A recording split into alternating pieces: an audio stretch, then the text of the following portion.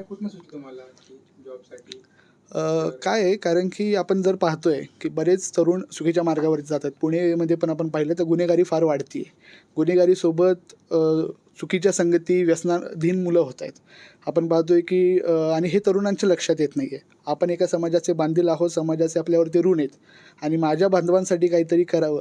ह्यासाठी ज्यावेळी राहुल सरांसोबत भेट झाली, त्यांनी सांगितलं की सर आपल्याला एम्प्लॉयमेंट देता येईल. कारण की ज्यावेळी मी भेटतो त्यावेळी हेच असतं की आपल्याला तरुणांसाठी काय करता येईल. तर ते म्हटले की निश्चित स्वरूपात आपण एक असा रोजगार उपलब्ध करू की ज्या माध्यमातून जास्तीत जास्त तरुणांना त्यात आपण रोजगार देऊ शकतो, चांगली सॅलरी देऊ शकतो, जवळपास 25-30 हजार मिनिमम, त्याच्याहून जास्तच हे असेल.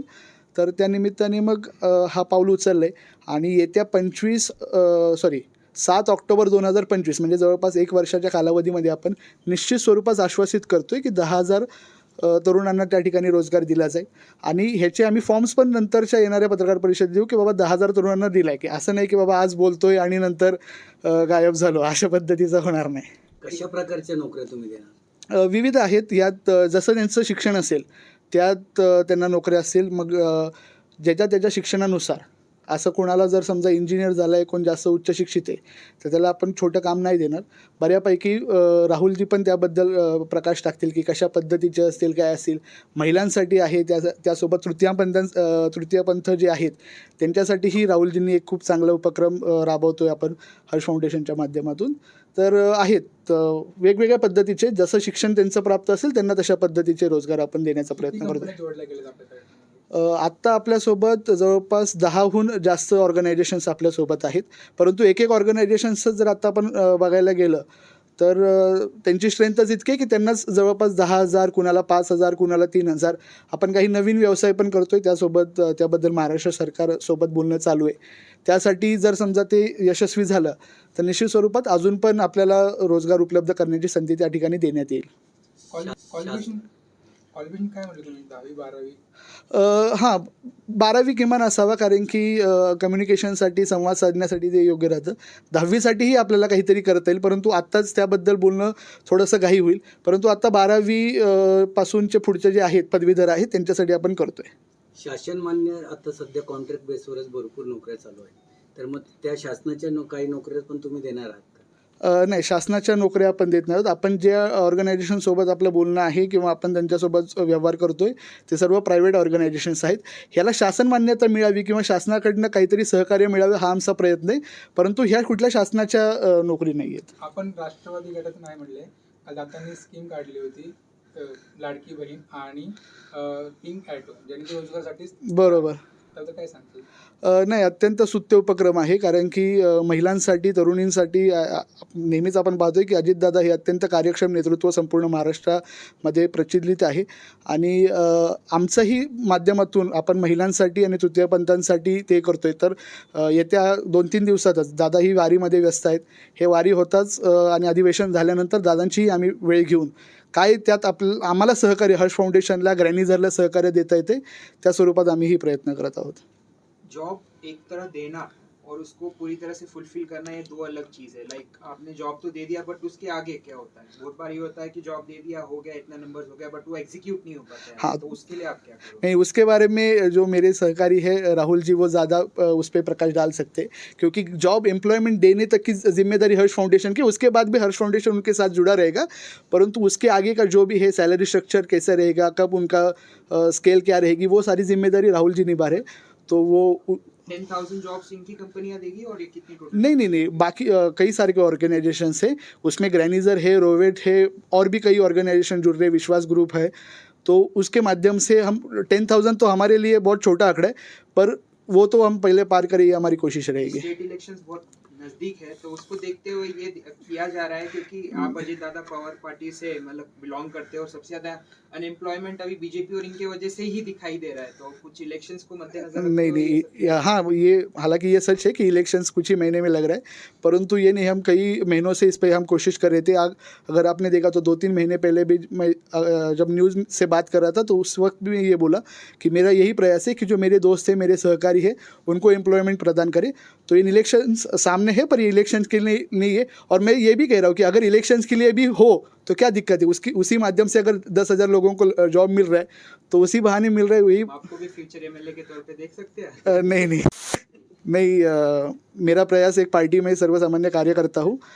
पार्टी जो जिम्मेदारी देगी मैं उसे बेशक निभाऊंगा। सर, इसके लिए कोई चार्जेस होंगे या नौकरी मिलने के बाद ऐसा कुछ है? नहीं, जो एनरोलमेंट के लिए जो बेसिक चार्जेस लिए जाते हैं बाकी ऑर्गेनाइजेशन से, पर हमने वो बात की है कि हर्ष फाउंडेशन के माध्यम से जितने भी वॉलंटियर्स आएंगे उनके लिए वो फ़ीस ना लिया जाए, तो वो हाँ, उनको कोई भी फ़ीस नहीं लगेगी, उतनी जिम्मेदारी हमने ले ली है। फॉर्म्स वगैरह ये सब हाँ, free ये सब है? फ्री सर, ये सारी चीज़ें फ्री रहेगी। मैं नंबर देता हूँ कि किस नंबर से आप संपर्क कर सकते। 7887885171 ये नंबर है। इस नंबर पे आप संपर्क करने से आपको बाकी सारी जो जानकारी है वो मिल जाएगी। हर्ष फाउंडेशन 2014 से महाराष्ट्र के 19 जिलों में कार्य कर रहा है। आज की प्रेस कॉन्फ्रेंस रखने का प्रमुख माध्यम यह है कि महाराष्ट्र और पूरे देश में अनएम्प्लॉयमेंट बहुत बढ़ती जा रही है। हर युवाओं में रोज़गार के विषय में बहुत सारी बेचैनी, और कई सारे युवक रोज़गार ना मिलने की वजह से, नौकरी ना मिलने की वजह से गलत संगत का मार्ग पे जा रहे। सो इस वजह से रोवेट ग्रुप के माध्यम से, ग्रैनिज़र के माध्यम से, और बाकी भी हमारे साथ कई ऑर्गेनाइजेशन जुड़े हैं जिनके माध्यम से करीबन 10,000 एम्प्लॉयमेंट हम जारी करने जा रहे। तो उसी में हर्ष फाउंडेशन एक अपना रोल अदा कर रही है कि जिसके थ्रू महाराष्ट्र के जो ग्रेजुएट स्टूडेंट्स है, जो अनग्रेजुएट भी है, उनको एक जॉब मिले, एक अच्छी सैलरी मिल पाए, और एक जो नेकी का काम है वो हम करने का प्रयास कर रहे हैं। मी थोडी ग्रॅनिझरबद्दल माहिती देतो. मी राहुल नाहटा. आणि ग्रॅनिझर ही कंपनी आहे, ही जी आपले पोर्टल्स आहेत जसं झोमॅटो, स्विगी, बिग बास्केट, ह्या पोर्टल्सला ड्रायव्हरची गरज असते.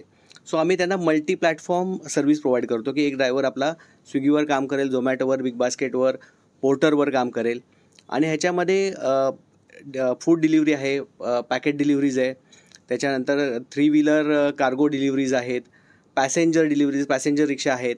तर हे सगळे सर्व्हिसेस आम्ही ह्या पोर्टल्सला ओला, उबर जे आहेत, ज्यांना पॅसेंजर ट्रान्सपोर्ट करतात, त्यांना प्रोव्हाइड करतो.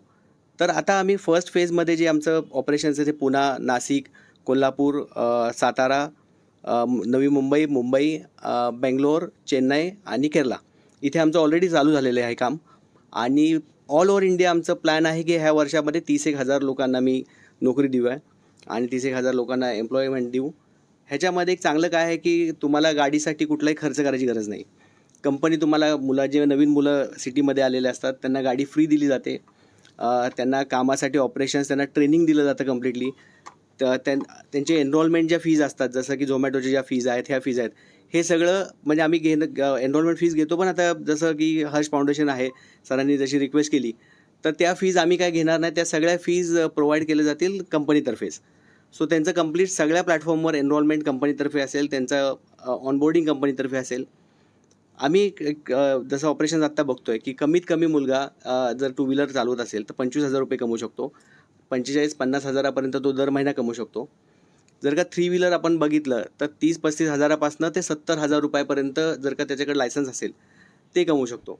आता ग्रॅनिझरमध्ये आम्ही 2 उपक्रम करतो. एक आहे विमेन एम्पॉवरमेंट, ज्याच्यामध्ये जे दारिद्र्य रेषेच्या खालच्या ज्या महिला आहेत, ज्यांना ते आता धुणंभांडी करतात किंवा त्यांचं राहणीमान थोडंसं कमी आहे, तर त्यांच्यासाठी आमचा असा प्रोग्राम आहे की त्यांना आम्ही जी 3 व्हीलर आहे ती चालवायला ट्रेन करतो. चालवायला ट्रेनिंग केल्यानंतर त्यांचं लायसन्सपासनं त्यांना ऑनबोर्डिंग करणं ओला, उबरवर, हे सगळं काम आम्ही करतो. हे सगळे आमची कंपनी काम करते. त्याचबरोबर जसं तृतीयपंथी आहेत, तृतीयपंथ्यांना मानाची वागणूक मिळत नाही किंवा त्यांना कोणी नोकरी देत नाही, तर त्यांच्यासाठी पण हा इंडिव्हिज्युअल बिझनेस होतो की ते 3 व्हीलर चालवतील, रिक्षा चालवतील आणि त्यांना पण एक उत्पन्नाचं साधन मिळेल, त्यांची पण अपलिफ्टमेंट होईल. तर हा ह्या मागचा पूर्ण हेतू आहे. आणि सरांचं पण हर्ष फाउंडेशन आहे, त्यांचा पण हेतू चांगला आहे. आमचा हेतू ह्याच्यामागे मोठा आहे. एनरोलमेंट करणं, लोकांना रोजगार देणं आणि कंपनीलाही वाढवणं, मोठं करणं.